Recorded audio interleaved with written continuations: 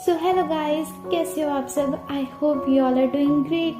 तो आज का हमारा ड्रामा रिवेंज ऑफ फादर्स एक हाई स्कूल बेस्ड स्टोरी है। इस स्टोरी में एक गर्ल अपने ट्विन ब्रदर के किलर को ढूंढने के लिए अपने ही भाई के स्कूल में ट्रांसफर हो जाती है, जो सबके अकॉर्डिंग बस एक सुसाइड था, जहाँ पर एक सुहेल नाम का लड़का भी उसकी हेल्प करता है। तो लगता है ये जर्नी थोड़ी इमोशनल होने वाली है। मुझे तो इस ड्रामा की स्टार्टिंग बहुत ही इंटरेस्टिंग लगी। तो चलिए देखते हैं कि आपको ये स्टोरी कैसी लगती है।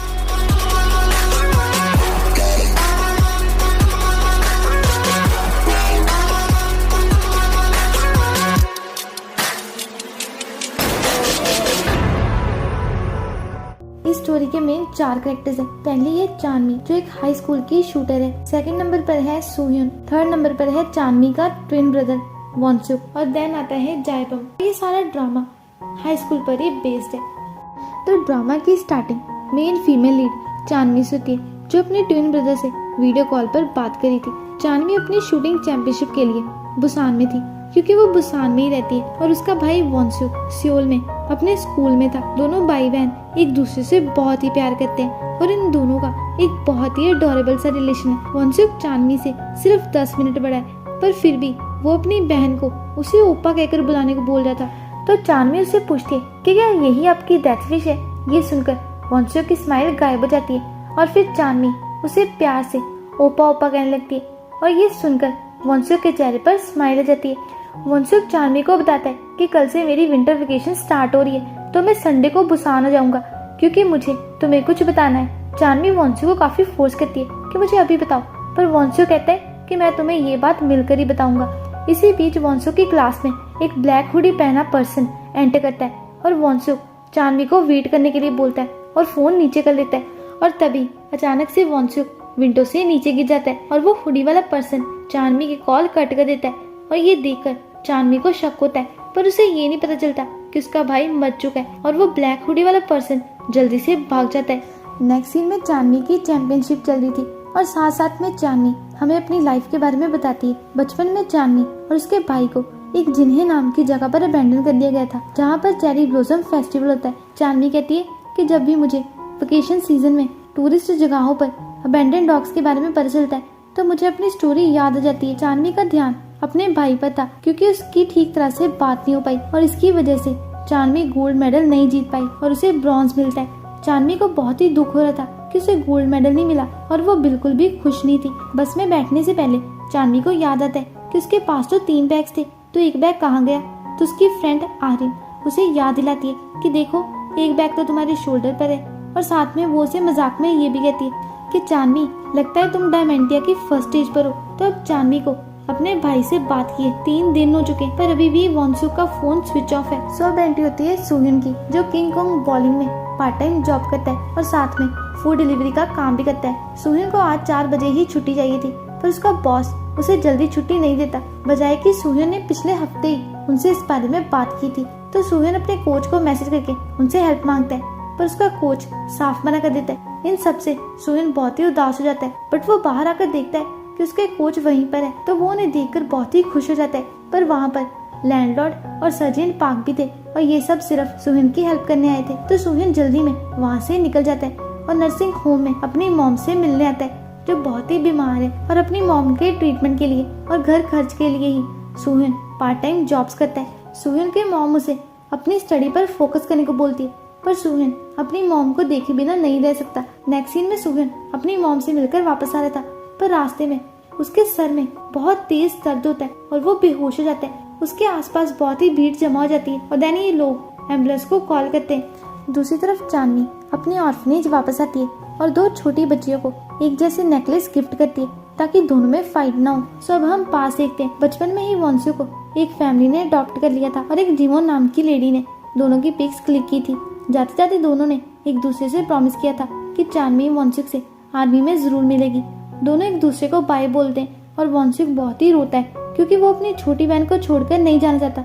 और अडॉप्शन से पहले वॉन्सुक का नाम चाणक्य था, पर अडॉप्शन के बाद उसके अडॉप्टिव पेरेंट्स ने उसका नाम बदलकर वॉन्सुक रख दिया। प्रेजेंट में यही लेडी जीवन इन 2 छोटी बच्चियों की पिक्स क्लिक करी थी, और चांदनी जीवन को बताती है कि मैं कल वॉन्सुक से मिलने सियोल जा रही हूँ। नेक्स्ट सीन में चांदनी सियोल में थी, और वो अपने भाई के स्कूल के स्टूडेंट से वॉन्सुक के बारे में पूछती है, जो उसे बताते कि वंशु की तो डेथ हो चुकी है। अपने भाई की मौत की खबर सुनकर चांदनी तो जैसे पूरी तरह से टूट ही गई। ऑर्फनेज में भी जीवन को एक कॉल से पता चलता है कि वंशु मर चुका है। वंशु के फनरल पे उसके अडॉप्टिव पेरेंट्स भी मौजूद थे और उसकी मॉम बहुत ही रो रही थी। सबके जाने के बाद वहाँ चांदनी भी आ जाती है और अपने भाई की फोटो को देखकर बहुत ही रोती है। देन वो वंशु के अडॉप्टिव पेरेंट्स से पूछती है कि मेरे भाई की मौत क्यों हुई, उसने सुसाइड क्यों किया। वंशु की मॉम उल्टा उसे सुनाने लगती है कि क्या तुम दोनों एक दूसरे के कांटेक्ट में थे, क्योंकि मैंने वंशु के रूम में तुम दोनों की फोटो देखी है और सुसाइड करना एक पाप है और इस पाप की कोई माफी नहीं होती। हम तो शर्म के कारण सेंट्स के पास जाकर प्रे भी नहीं कर सकते। चांदनी उनसे अपने भाई का फोन मांगती है और बहुत सारी रिक्वेस्ट करती है। तो वंशु की मॉम उसे बताती है कि वंशु का मोबाइल तो पुलिस को भी नहीं मिला, तो वो हमारे पास कैसे हो सकता है। तो अब सीन शिफ्ट होता है पुलिस स्टेशन में, जहाँ पर डिटेक्टिव जिंसू और डिटेक्टिव कुक एक साथ बैठे थे। चांदनी आकर डिटेक्टिव जिंसू से अपने भाई के बारे में बात करती है। चांदनी उन्हें काफी इंसिस्ट करती है कि मेरा भाई सुसाइड नहीं कर सकता और मैं उसकी ट्विन सिस्टर हूँ। चांदनी उन्हें बताती है कि उस दिन मेरे भाई के साथ कोई और भी था और उसी पर्सन है। हमारी कॉल कट गई थी पर डिटेक्टिव्स उसकी बातों पर विश्वास नहीं करते। तो चांदनी उनसे अपने भाई के मोबाइल के बारे में पूछती है, जो शायद वो हुडी वाला पर्सन अपने साथ ही ले गया। चांदनी उनसे काफी रिक्वेस्ट करती है कि प्लीज मेरे भाई के किलर को ढूंढिए प्लीज। दूसरी तरफ सोहन का हॉस्पिटल में चेकअप हो रहा था पर डॉक्टर्स उसे कुछ नहीं बताते और उसे अपने गार्डियन को साथ लाने को बोलते हैं। पर इस दुनिया में सोहन की सिर्फ मॉम ही है, पर वो भी नर्सिंग होम में, तो डॉक्टर सोहन को अपने टीचर को साथ लाने को बोलते हैं। चांदनी अपनी शूटिंग एकेडमी वापस जाती है पर वहाँ पर कोई नहीं था। तो सिक्योरिटी अंकल उसे बताते हैं कि सारी शूटिंग टीम प्रैक्टिस करने चांगवन गई है और बस तो जा चुकी है। नेक्स्ट सीन में चांदनी अपनी फ्रेंड आरिम के साथ थी क्योंकि वो सब प्रैक्टिस करके वापस आ गए थे। आरिम चांदनी से बहुत ही गुस्सा थी क्योंकि चांदनी सियोल में अपने भाई के स्कूल में ट्रांसफर होने वाली थी। देन चांदनी सियोल की ट्रेन पकड़ती है और वो सिर्फ सियोल अपने भाई के किलर को ढूंढने जा रही है, चाहे इसके लिए उसका एथलेटिक करियर ही खराब क्यों ना हो जाए। देन हमें पता चलता है कि सोहन बॉक्सिंग करता है और ये सोहन के बॉक्सिंग कोच हैं। कोच सोहन को अपना प्लेयर बनाना चाहते हैं पर सोहन उनके ऑफर को रिजेक्ट कर देता है क्योंकि भाई उसे अपनी स्टडीज पर फोकस करना है। Then Sohan second hand market site पर अपनी स्कूटर ढूंढने लगता है क्योंकि जिस दिन वो बेहोश हुआ था किसी ने उसकी स्कूटर चुरा ली थी। फाइनली सोहन को अपनी स्कूटर साइट पर मिल जाती है और वो अपने कोच की बाइक से उस एड्रेस पर जाता है जो साइट पर मेंशन था। सोहन की स्कूटर चांदनी खरीद लेती है और सोहन को फाइनली अपना स्कूटर दिख जाता है।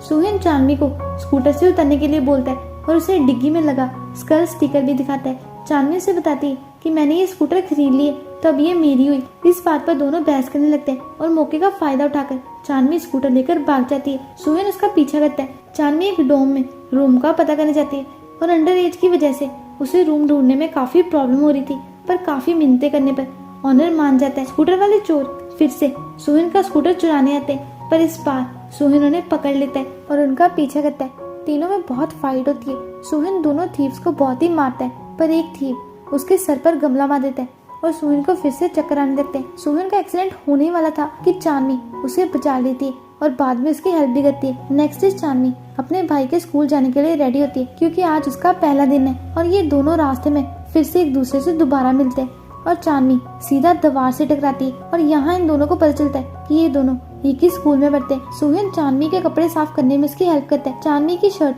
सी थ्रू हो जाती है तो सोहन अपना फेस साइड कर लेता है और उसे अपना ब्लेजर देकर वहाँ से चला जाता है। दोनों एक साथ स्कूल पहुँचते हैं और चांदनी अपना स्कूटर कार रिपेयर शॉप पर सोहन की बाइक के पास ही पार्क कर देती है पर वहाँ का बॉस चांदनी को यहाँ स्कूटर पार्क करने नहीं दे रहा था। देन उनकी नजर सोहन के ब्लेजर पर जाती है और उन्हें लगता है कि शायद चांदनी सोहन की गर्लफ्रेंड है, तो फिर वो चांदनी को कुछ नहीं कहते। स्कूल में एंटर करते दो गर्ल्स चांदनी को सोहन के ब्लेजर में देखकर शॉक हो जाती है। चांदनी उनसे शूटिंग रेंज के बारे में पूछती है पर दोनों से सही तरह जवाब नहीं देती। ये दो गर्ल्स जाकर ये बात जियोन को बता देती है जो शायद सोहन को पसंद करती है। चांदनी शूटिंग टीम की कैप्टन और कोच से मिलती है और नेक्स्ट सीन में क्लास टीचर सारी क्लास के सामने चांदनी को इंट्रोड्यूस करते हैं। चांदनी अपनी सीट पर बैठती है। टीचर सोहन पर गुस्सा करने लगते हैं कि तुम्हारी यूनिफॉर्म कहाँ है। तभी चांदनी सारी क्लास के सामने कहती है कि सोहन की यूनिफॉर्म मेरे पास है। ये सुनकर सारी क्लास शोर मचाने लगती है और सब सोहन को छेड़ने लगते हैं कि वाह तुम्हारी गर्लफ्रेंड है और तुम डेट कर रहे हो। चांदनी सोहन से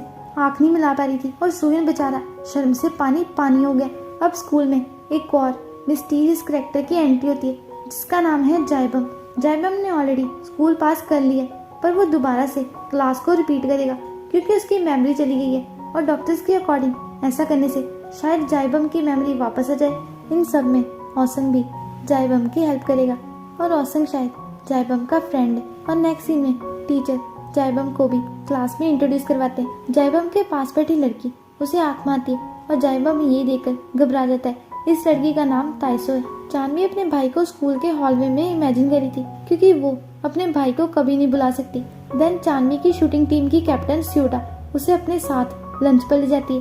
पहले चानवी उसे बताती है कि वो एक मेराइन सोल्जर बनना चाहती है और फिर वो उससे अपने भाई के बारे में पूछती है। अभी तक किसी को नहीं पता कि चानवी वॉन्सुक की ट्विन सिस्टर है। स्यूटा बातों बातों में चानवी को वॉन्सुक की गर्लफ्रेंड आजंग के बारे में बताती है। चानवी को याद आता है कि वॉन्सुक ने उसे आजंग के बारे में बताया था। स्यूटा चानवी को बताती है कि आजंग मेरी क्लास में ही पढ़ती है पर उसने अपना फर्स्ट स्कूल डे अटेंड ही नहीं किया। चानवी स्यूटा से आजंग का फोन नंबर ले लेती है और देन वो आजंग के नंबर पर कॉल करती है पर फोन तो सुहिन उठाता है। ये बात चानवी को थोड़ी खटकती है और वो सुहिन का पीछा करती है और दोनों एक हॉस्पिटल में एंटर करते हैं। यहाँ पर आज सुहिन की डॉक्टर के साथ अपॉइंटमेंट थी। चानवी पकड़ी ही जाने वाली थी कि वहाँ डॉक्टर आ जाते हैं और वो सुहिन को बताते हैं कि तुम्हें ब्रेन ट्यूमर है और ऐसी ट्यूमर की सर्जरी भी नहीं हो सकती। मतलब अब तुम्हारे पास सिर्फ 6 मंथ्स बचे और ज्यादा से ज्यादा 1 साल, और अगर तुम्हारे ट्यूमर का साइज इंक्रीज ना हो तो तुम कुछ और साल भी जिंदा रह सकते हो। चांदी ने भी ये सारी बातें सुनी थी और दोनों बहुत ही दुखी लग रहे थे।